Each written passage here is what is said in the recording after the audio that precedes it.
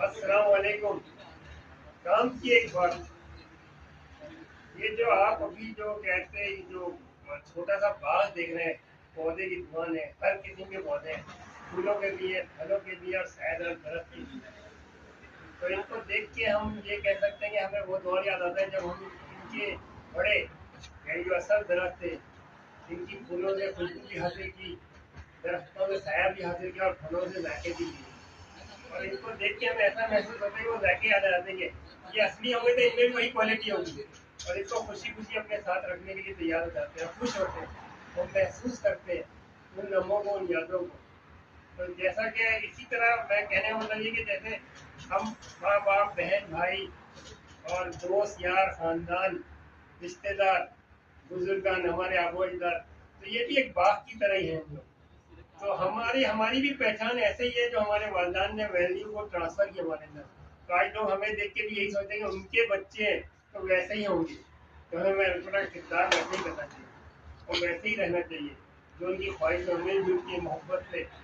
और इसी तरह आपस में जो है ना, एक दूसरे का हाथ पकड़ के रहना चाहिए, ताकि हम लोग को देख के भी लोग वही महसूस करें कि इनके रूप से पहचाने जाते हैं, अपनी वैल्यूज ट्रांसफर करें अपने अंदर।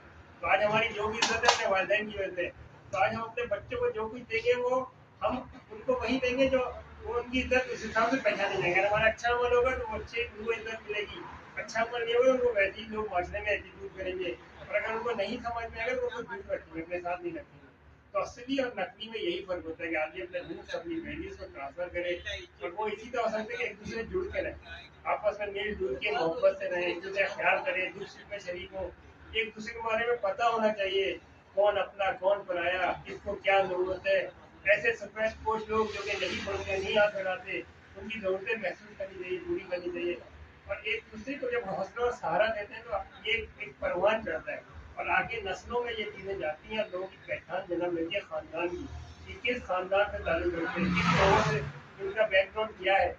तो ये चीजों को वही लोग जानते हैं जो कि महसूस करते हैं। तो हमेशा एक दूसरे का हाथ पकड़े, मिलजुल के रहें, मोहब्बत से रहें, गलतियों को, नाराजगियों को दूर रखें, और खौफ और नफरत नहीं डालें, ना अपने अंदर खौफ, ना एक दूसरे से, ना एक दूसरे से नफरत। ये सबसे जो है ना आदमी को, ये जितना दरख्त है ना, इसका ख्याल करने वाले लोग हैं, ये खुद नहीं कर सकते, इसी तरह हम आपस में एक दूसरे का ख्याल करते हैं। तो ये चीजें जो है परदेसी जो है ना, इस चीज को अच्छी तरह जानता है कि माहौल क्या होता है, लोग क्या होते हैं, अपने क्या होते हैं, प्यारे कौन होते हैं, यादें क्या होती हैं।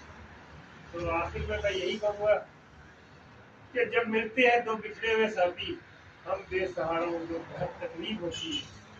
ये हमारे